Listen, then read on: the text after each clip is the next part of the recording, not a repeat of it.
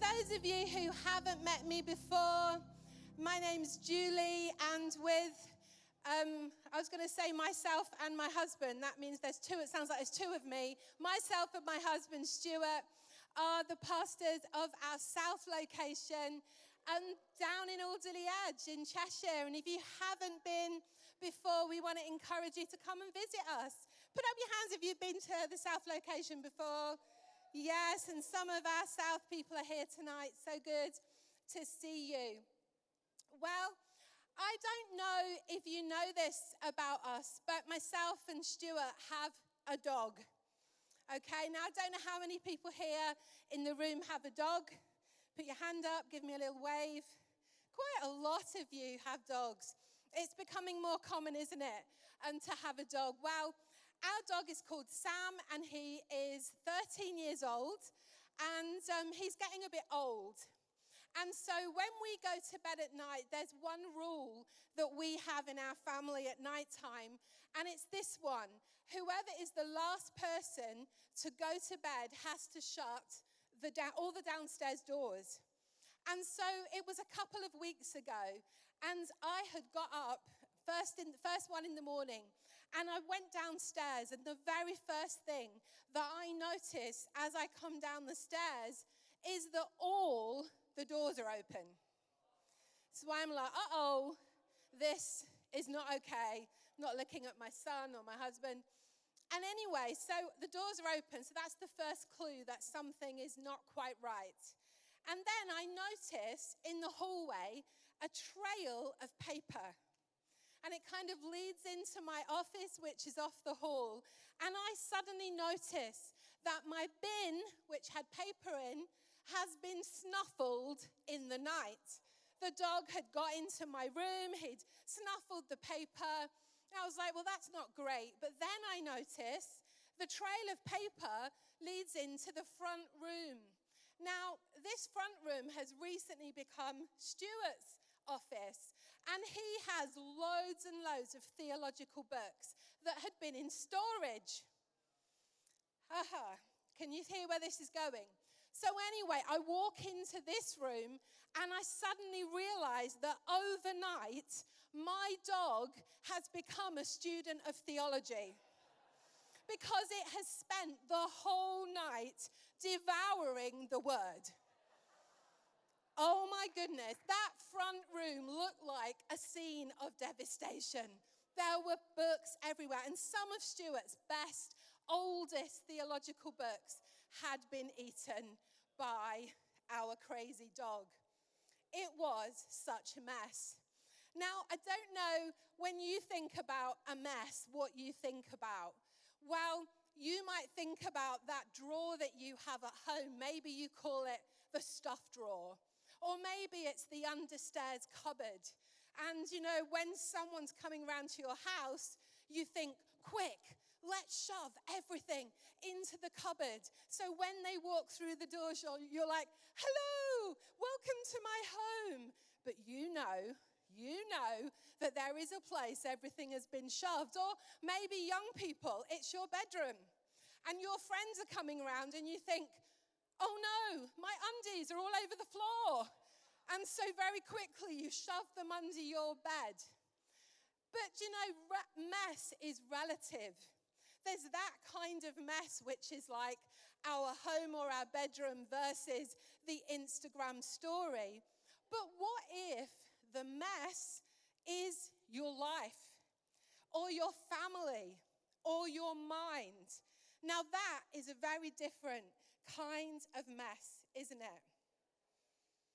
Now, if you've read the Bible, if you've read through the whole story of the Bible, you will know that it is filled with stories of individuals, of families, and nations that were messy. And tonight, I want to just pick one particularly messy family story to share with you. And literally, I could have picked so many because the Bible is littered with them.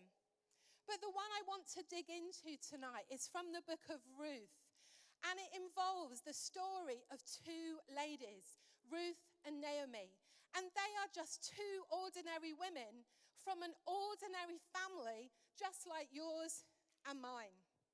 So let's read together. Ruth chapter 1, it says this. In the days when the judges ruled in Israel, a severe famine came on the land. So a man from Bethlehem in Judah left his home and went to live in the country of Moab, taking his wife and 2 sons with him. The man's name was Elimelech and his wife Naomi. And their 2 sons were Mahlon and Chilion. And they were Ephrathites, that's a one to get your mouth around, from Bethlehem in the land of Judah. And when they reached Moab, they settled there. And then Elimelech died, and Naomi was left with her 2 sons. The 2 sons married Moabite women. One married a woman called Orpah, and the other one a woman named Ruth. But about 10 years later, both Mahlon and Chilion died, and this left Naomi alone without her 2 sons or her husband.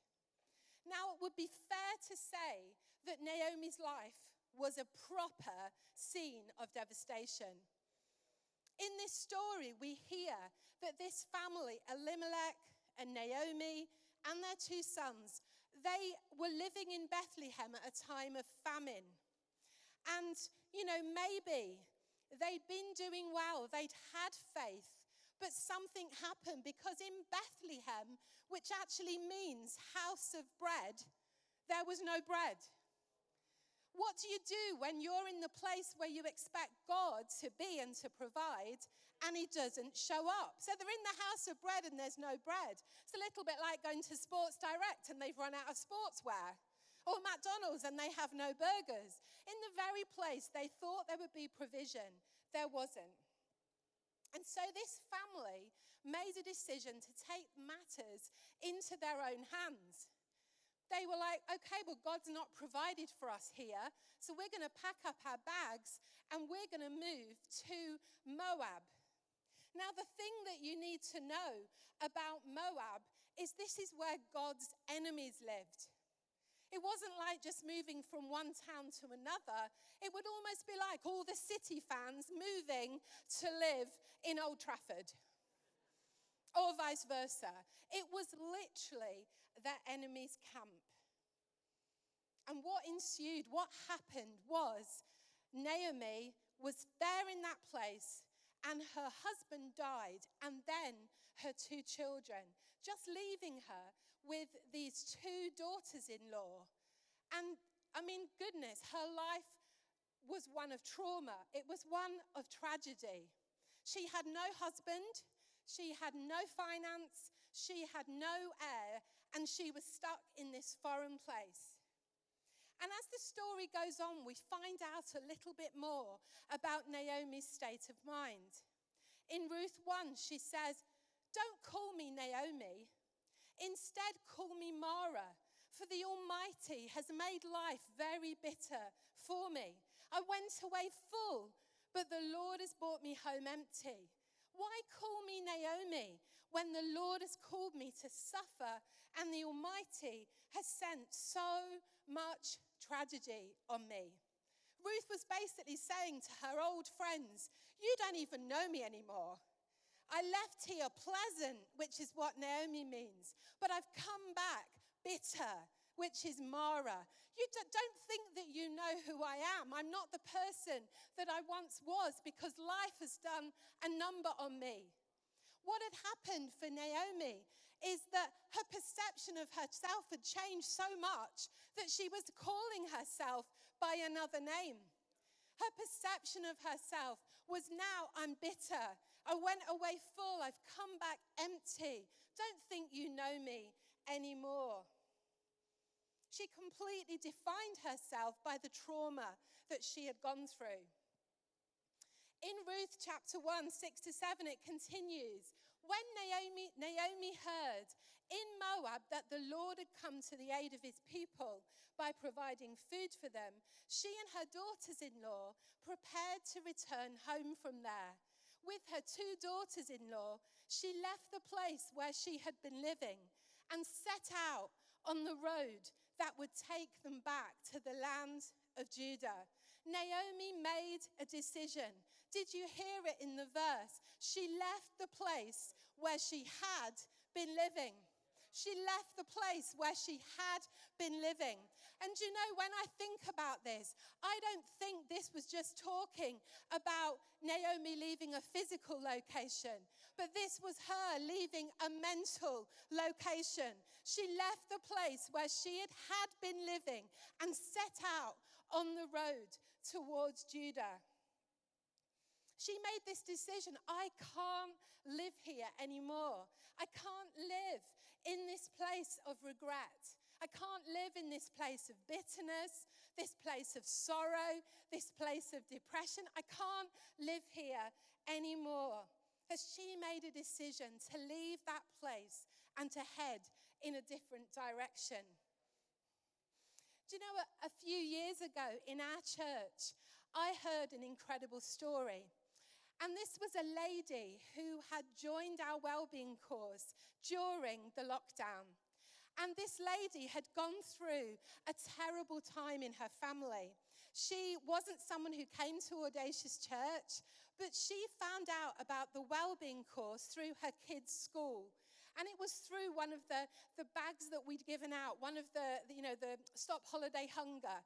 And she found out about our wellbeing course.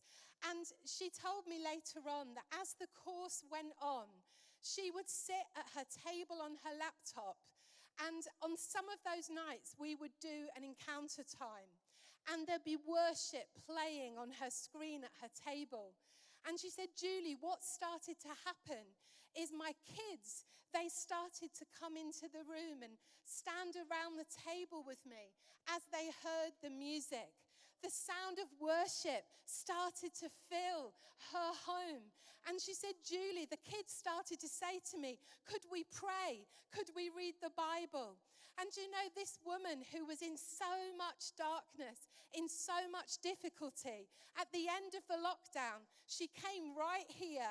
She gave her life to Jesus and was later baptized. And I can actually see her. She's in the room tonight. So good to see you.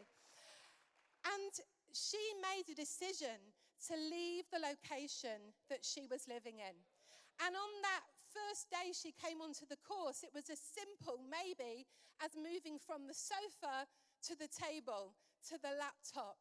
But she made a decision to leave the place that she'd been living in and set out towards a place of healing. Just like this lady who's here tonight, Naomi also led herself.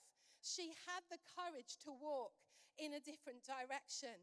And she made the choice to head in the direction of Bethlehem. Because maybe, just maybe, some hope could come from Bethlehem. Wow, maybe, just maybe, that place could contain some hope. It was a place of possibility. It was a place where maybe God was going to show up and do something. And so the story continues. They arrived in Bethlehem in late spring at the beginning of the barley harvest. And there was a wealthy and influential man in Bethlehem named Boaz, who was a relative of Naomi's husband, Elimelech. As Naomi left the place that she was living, as she started to head in a different direction, her decision led her into God's provision. Wow. And we read, so amazing, that Boaz, this man that was in this place, was a relative of Naomi's husband. Now, we may not fully recognize the impact of those words, because back in those days, in the Levirate laws, what it said is that if a member of your family lost their husband, it was your responsibility to marry that person, to literally buy them back from the trouble that they were in. Boaz was her kinsman redeemer. And this literally meant if someone in your family, if your kin was in trouble, that you were buying them back from the trouble that they were in. But this man Boaz, he wasn't just Naomi's relative, he was also wealthy. He had land and he was single. So he was perfectly placed for Ruth to come along. And so the story continues. One day, Ruth the Moabite said to Naomi, "Let me go out into the harvest field to pick up the stalks of grain left behind by anyone who's kind enough to let me do it." And Naomi replied, "All right, my daughter, go ahead." So Ruth went out to gather grain behind the harvesters. And as it happened, she found herself working in a field that belonged to Boaz, the relative of her father, Elimelech. And as it happened, this was no coincidence that Ruth were to turn up in this field. And as it happened, this man was perfectly positioned there by God for her to meet. And this, for me, has all of the characteristics of God. It's God's character that as it just so happened on this day, God turns up in the middle of her life. And you start to think, I think God is up to something. Do you know, some of you will know that I was the first person in my family to become a Christian. So when I was 17, some people came into my school, and they were talking about a holiday, like a holiday camp.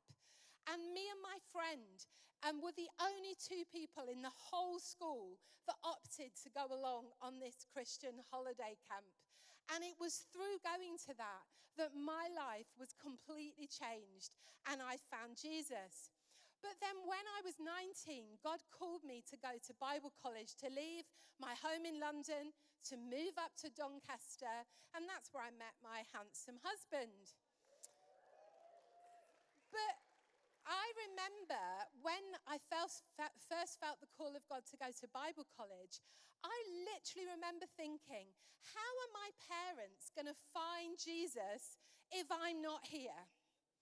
That was my mindset as a 19-year-old. How are my parents ever going to find Jesus if I'm not around, if I'm living up in Doncaster?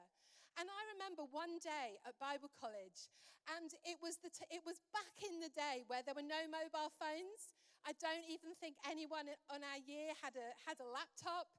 And I was in my room, and someone came running to my room, and they said, "Julie, there's a phone call for you." So I went to answer the phone, and it was my dad on the phone, and he said, "Julie, you're not going to believe what's happened. I've met another one of you." I was like, "Oh, great."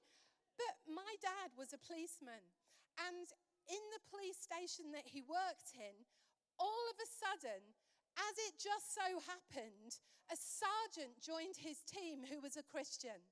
And they started going out for walks together. They started hanging out together. And do you know, this policeman eventually baptized my dad when my mum and dad gave their lives to Jesus. Wow. It just so happened. It just so happened that right there in my parents' life, God placed somebody to begin to make a change. Let's continue with the story. Ruth worked alongside the women in Boaz's fields and gathered grain with them until the end of the barley harvest. And then she continued working with them through the wheat harvest in early summer. And all the while she lived with her mother-in-law. She continued working with them. What we see in this part of the story is the passing of time. There was Ruth working in her field. She just kept on turning up every day. She kept on positioning herself just in the right place. She was obedient. She just kept going along to this field every day and doing what was in front of her. And you know, Ruth didn't know at that moment that she was in the middle of a miracle story. She didn't know that God was about to break into her life in a powerful way. A well-known minister was once asked this: what is the key to success as a Christian? And his answer was, just keep turning up. That's all you have to do. Just keep turning up. And that's what Ruth did. She just kept turning up every day. And I want to suggest that she held her nerve and she played the long game. Well, maybe, just maybe, Naomi was starting to get some hope. Maybe God is up to something here. We've happened to stumble across Boaz. Now Ruth's working in the fields. There's a bit of money coming in. Could a turnaround possibly be happening? Playing the long game is so countercultural in our times, isn't it? Every single hack and reel, it's all about, okay, what can we do to get something quicker? We don't like to wait. We want things to be quick. We want to reduce time as much as possible. But playing the long game and holding our nerve in faith is all about not getting stuck in the middle, not accepting that what you can see in front of you now is it. And I want you to know this evening, Audacious Church, that what you see in front of you right now is not it. Do you know, faith is the substance of things hoped for, but not yet seen. If you can see it, you don't need faith for it. But I want to encourage you tonight that actually Hebrews 11 tells us that faith is the substance of things hoped for, but the evidence of things not seen. We walk by faith and not by sight. People of faith are those who believe for something when they can't see any evidence of it happening at the moment. And I wonder what it is that you're believing for at the moment. Maybe you're in the middle at the minute. You're perhaps believing for your partner to come to faith. You're believing for your children to come back to the Lord. You're believing for financial provision. Maybe your womb to be healed. Maybe for depression to be lifted off. Maybe the impact of trauma to change in your life. And I want you to know tonight that if you can see it, you don't need faith. But when we begin to realize, wow, I need my spiritual eyes opening. I need the Lord to open my spiritual eyes so that I can see that something good is still coming and is on the way. We need to play the long game of faith. We need to believe that even though we see no change in front of our eyes, that God is on the move and He's up to something. Just remember Naomi and Ruth when they first turned up. They were so bitter, so broken, but now they're in the middle of the story. God is beginning to show up and do something. And who knows, just like Ruth and Naomi, you might be right in the middle of a redemption story where God is going to buy back the trouble that you are in and do something beautiful with it. Now, this is a bit of a spoiler alert I'm about to give you, because at the very end of this story, we actually find that Boaz and Ruth get married. It's like the perfect romance, the perfect love story. And I encourage you to read the story. And what we find is Boaz and Ruth get married and they have together a little baby. And his name was Obed. And what we're told is that when Obed was born, he was placed in Naomi's arms. Not Ruth's arms, who was the mother, but Naomi. So you're having this picture, this little story. You've got Boaz, his wife Ruth. You've got grandma Naomi. And you've got this little baby. These were the women who arrived in this town penniless. They arrived with no hope. They arrived completely devastated and broken. And now we have this story where we have this little vignette of this family holding this beautiful little baby. But do you know that Ruth and Naomi weren't fully aware at that moment that this wasn't the end of the story? And in fact, this was only a very small part of painting a picture of what God wanted to do for the whole of humanity. They thought that this little miracle story was just about them and their little family. But I want you to know tonight that it was so much more than that. And that what God is doing in your life and in your family is bigger than you could ever imagine. Absolutely so much bigger. Do you know, at the very end of the book of Ruth, there is a list of the ancestors of Boaz, his family tree. And there in that little family tree, Obed is mentioned. And we then discover that Obed was the grandfather of King David. And God wanted it to be clear to us as we're reading this story that these people in this tiny little book, sandwiched in the Old Testament, actually were featured in the line of David. But there's more to this in the story.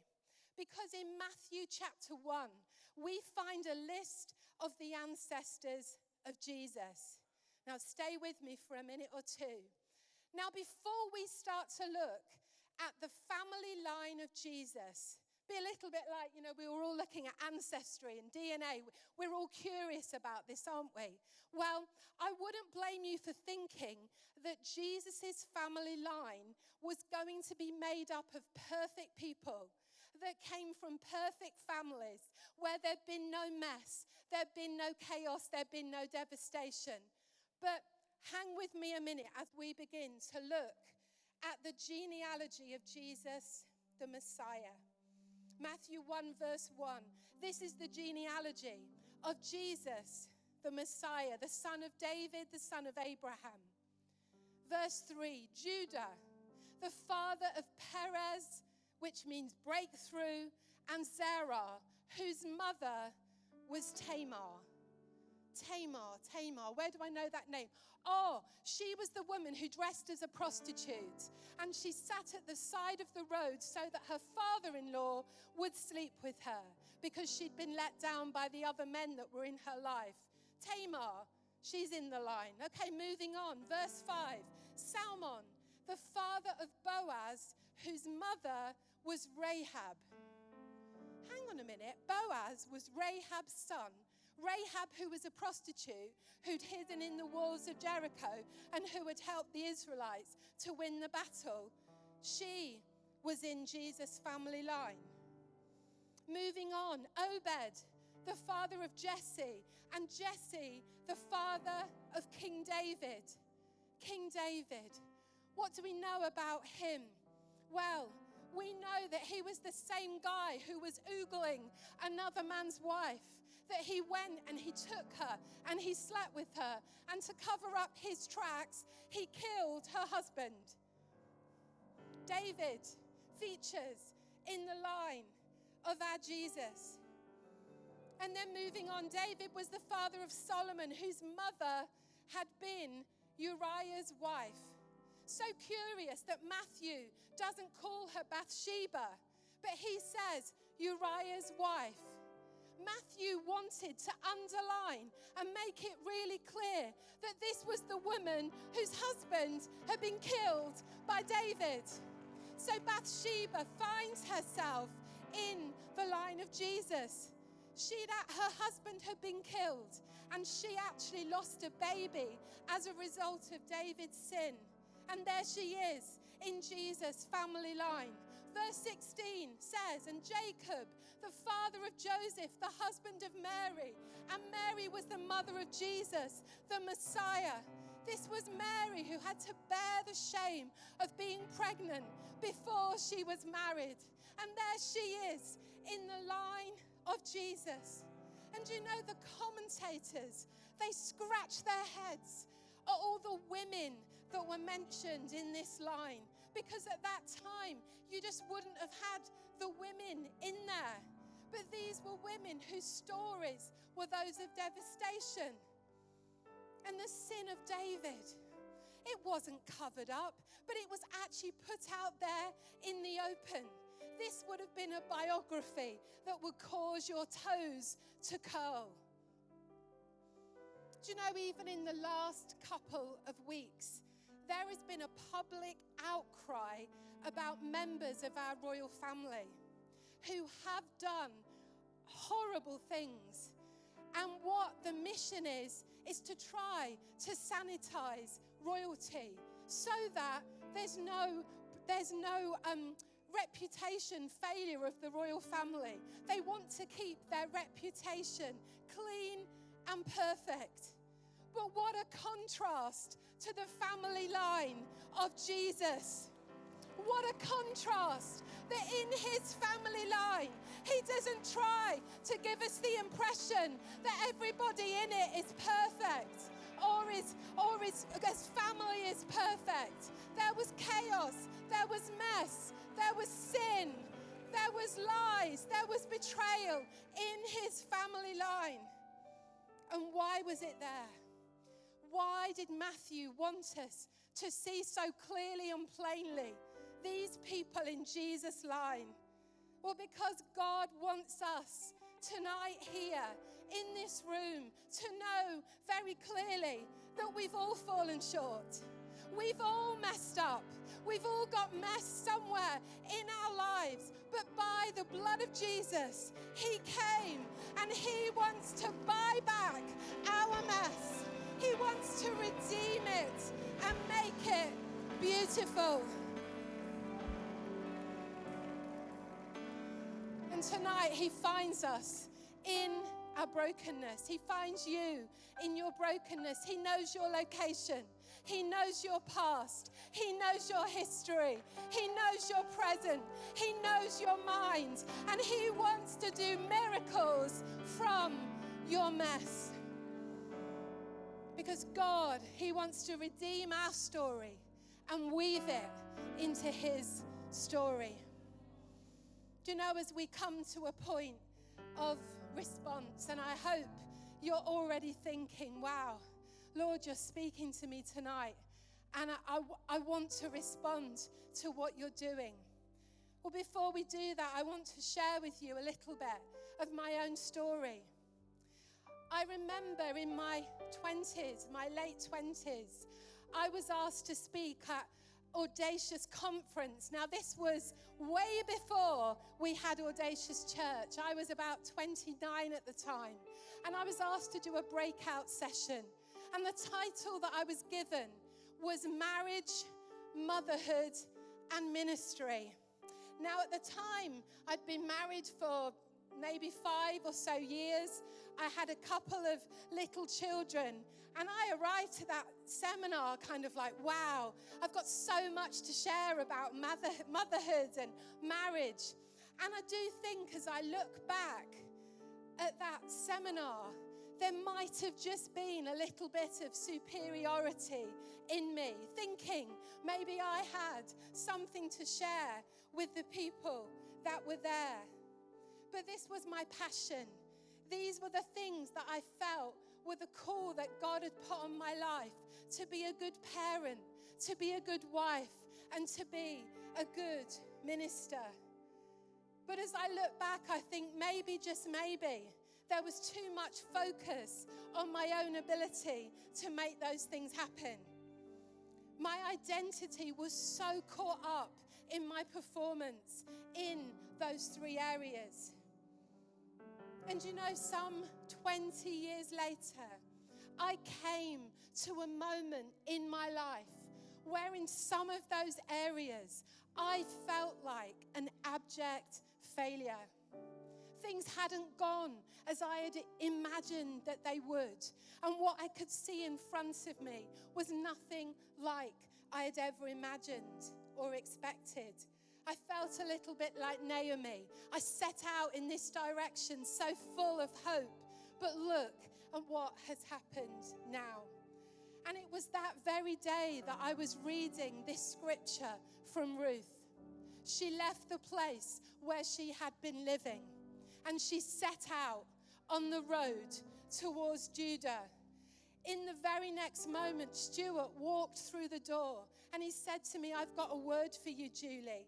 He said it's Jeremiah 31:4, where it says, I will build you up again and you will be rebuilt. Again, you will take up your tambourine and go out to dance with joy. And I realized in the moment I was in that nothing good will come from me staying in this mental location. There's no good fruit from this place. There's only shame. There's only blame. There's only regret. There's only depression. But God said to me, it's time for you to leave this location and to set out on a road towards praise.